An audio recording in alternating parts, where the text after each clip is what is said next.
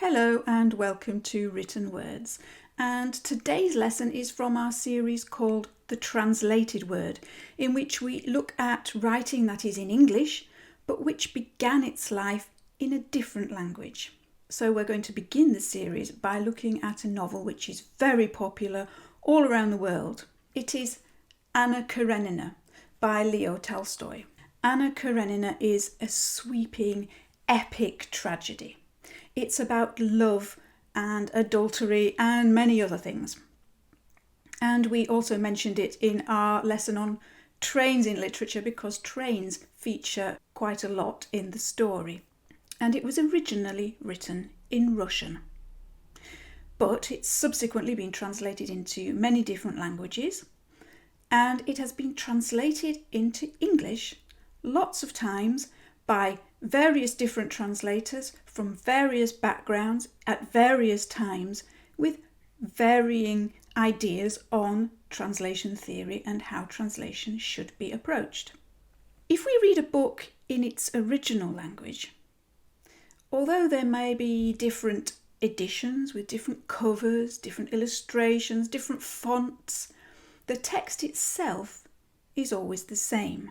However, when we read a book in translation, there are often several different versions to choose from. So how do we know which one to choose? In this lesson, we're going to compare extracts from 3 versions of Anna Karenina. The earliest one is by Constance Garnett from 1901. Then we'll look at one by Rosemary Edmonds from 1954. And a more modern one by Pevear and Volokhonsky from 2000. Constance Garnett was the first translator of Anna Karenina, and many other Russian works too. She met Tolstoy himself and told him of her plans to translate his work, and we're told that he was very interested in that. She is sometimes criticised for making minor errors and for a lack of style, a lack of being able to reflect the different voices of different authors. However, she was working without all the modern advantages of the internet, computers, communications technology, etc. that we have today. And she was a pioneer in her field. She was the first person to translate Tolstoy, and her translations kicked off a trend for reading Russian literature in the English-speaking world.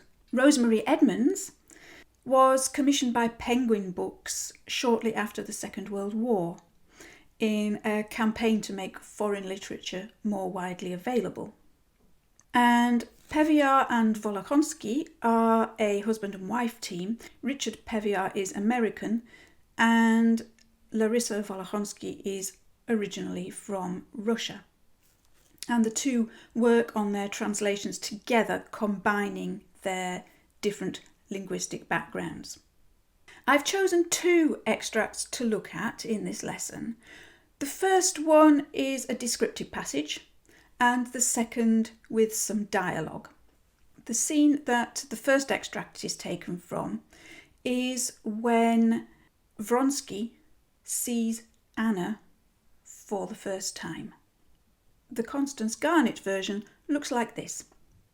In that brief look, Vronsky had time to notice the suppressed eagerness which played over her face and flitted between the brilliant eyes and the faint smile that curved her red lips. It was as though her nature was so brimming over with something that against her will it showed itself now in the flash of her eyes and now in her smile. Deliberately, she shrouded the light in her eyes, but it shone against her will in the faintly perceptible smile. Now let's turn to the Rosemary Edmonds version of the same passage. In that brief glance, Vronsky had time to notice the suppressed animation which played over her face and flitted between her sparkling eyes and the slight smile curving her red lips. It was as though her nature was so brimming over with something that against her will it expressed itself now in a radiant look, now in a smile. She deliberately shrouded the light in her eyes, but in spite of herself, it gleamed in the faintly perceptible smile. And then Pevear and Volokhonsky translate it like this. In that brief glance, Vronsky had time to notice the restrained animation that played over her face and fluttered between her shining eyes and the barely noticeable smile that curved her red lips. It was as if a surplus of something so overflowed her being that it expressed itself beyond her will, now in the brightness of her glance, now in her smile. She deliberately extinguished the light in her eyes, but it shone against her will in a barely noticeable smile. So as you can see, there are some similarities and some differences between the three passages. In the opening sentence, we have "in that brief glance" twice, but Garnett prefers to call it a look. We have suppressed eagerness in one version, suppressed animation in another, and restrained animation in the third. So they all mean more or less the same thing, but they are subtly different. Constance Garnett has her eyes as brilliant, Rosemary Edmonds calls them sparkling, and Pevear and Volokhonsky have gone for shining. Again, they all imply that the light is reflecting from her eyes, that her eyes are bright, they are full of light, but different words to convey that. Then the smile on her face, Constance Garnett at the beginning calls it a faint smile, and then at the end calls it a faintly perceptible smile. In Rosemary Edmonds, it begins with a slight smile and ends with a faintly perceptible smile. And Pevear and Volokhonsky call it both times a barely noticeable smile. That's very interesting that two of the translators have used different expressions each time, whereas in the original Russian, the expression is repeated. It's exactly the same both times. So which is right and which is wrong? Is it right to translate it as the original is, using the same expression? Or do you feel that in English it would be better using a slightly different expression each time? There is no right and wrong answer.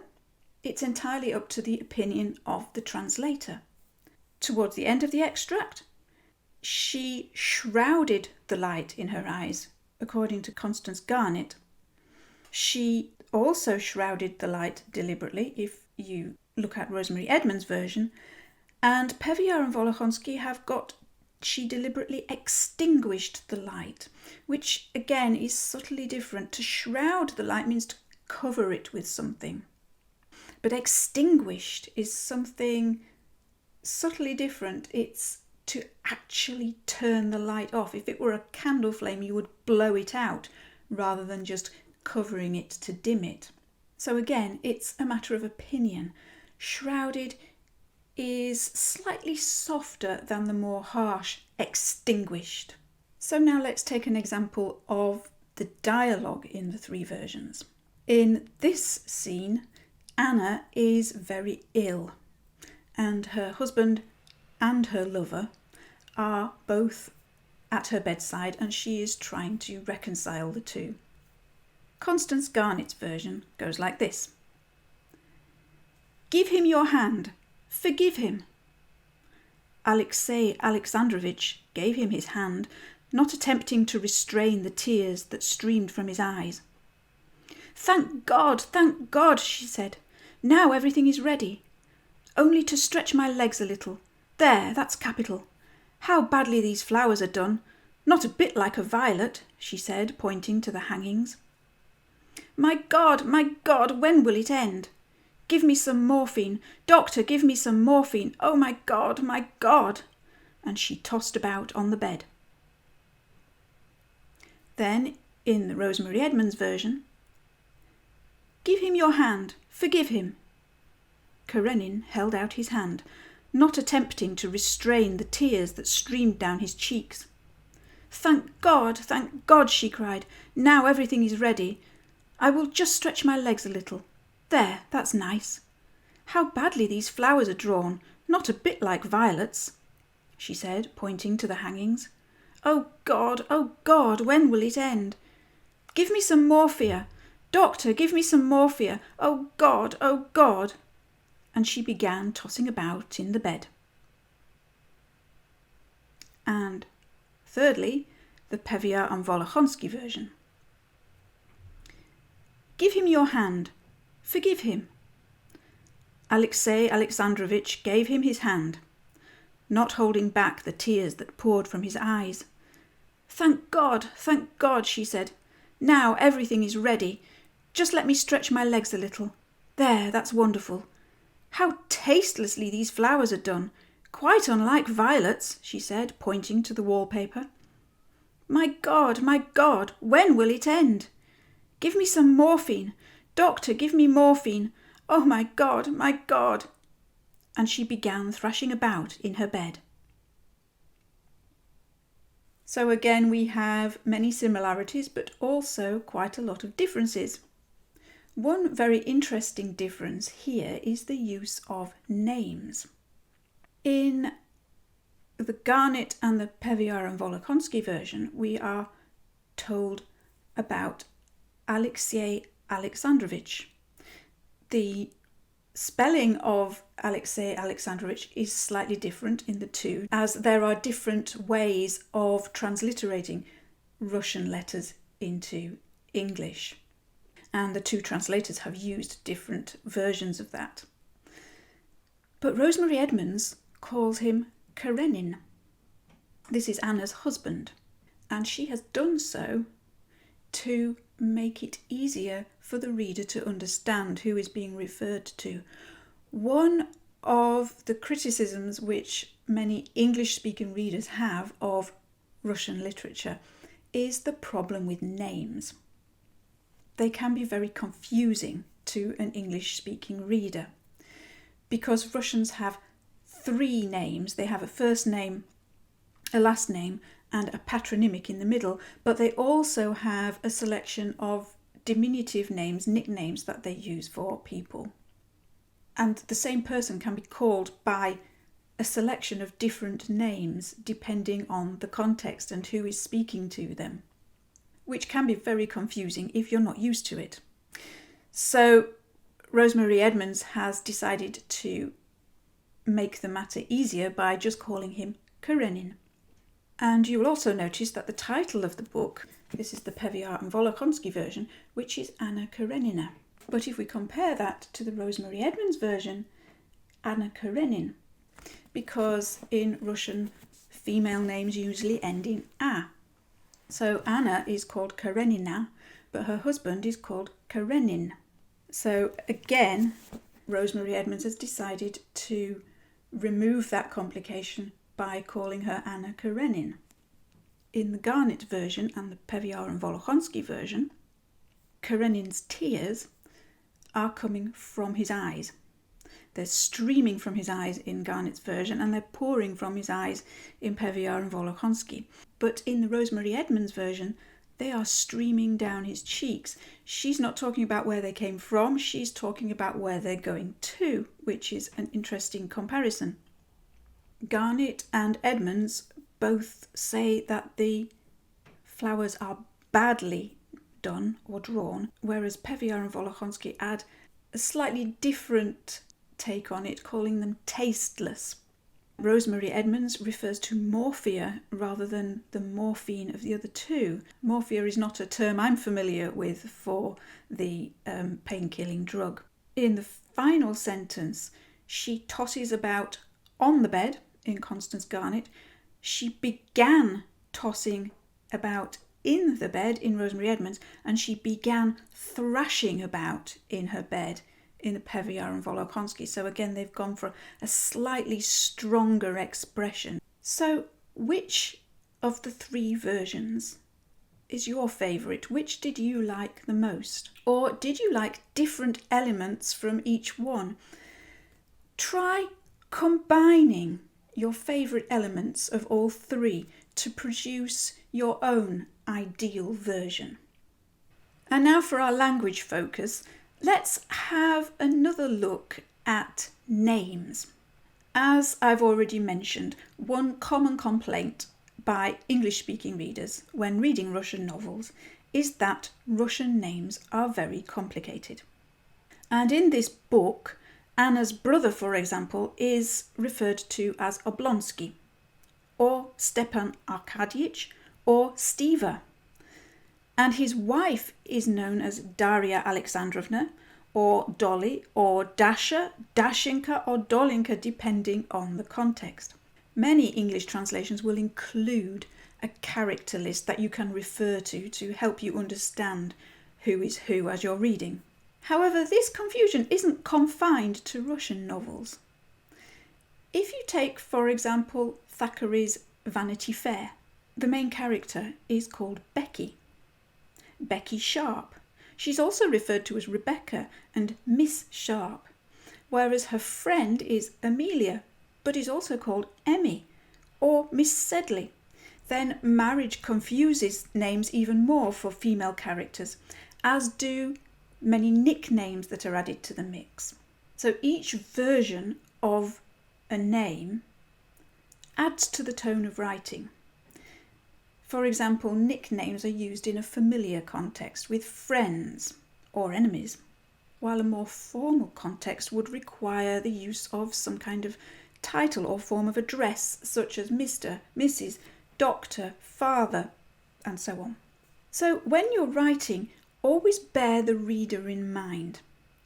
By all means, use a selection of different names for the same character, depending on the context, but avoid confusion, unless you deliberately want to confuse your reader, by making it clear which character you're referring to. For our writing prompt, you're going to have a go at a little bit of translation. Don't worry, you don't need to suddenly learn a new language to do this task.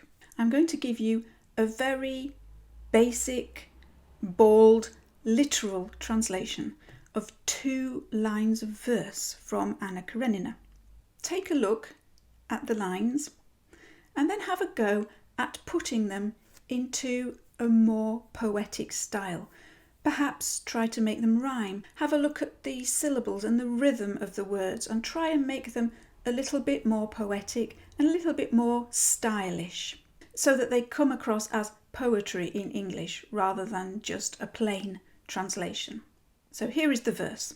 I recognise proud horses by some of their brands.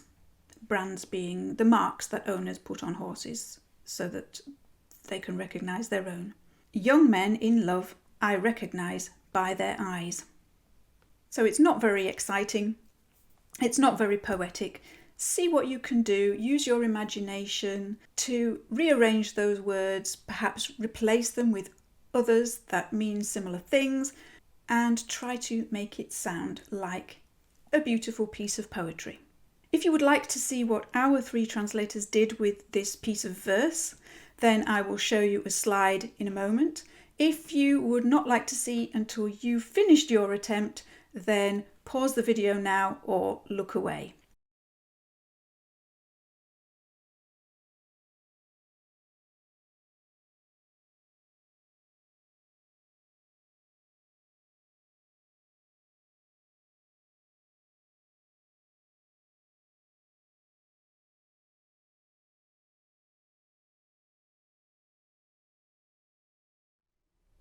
Of course, translation is a very subjective process, and there is no one right answer to a translation, as we have seen in our lesson. So if your version is different to these 3 versions, as it probably is, that's absolutely fine. You have just put your mark onto the words. The worksheet that goes with this lesson contains a couple of links to other people's explorations on this subject, comparing these and other translations of Anna Karenina. So do download it. It also contains the topics we've discussed and copies of the extracts. Thank you very much for joining me in this lesson. I look forward to seeing you in the next one, and in the meantime, happy writing.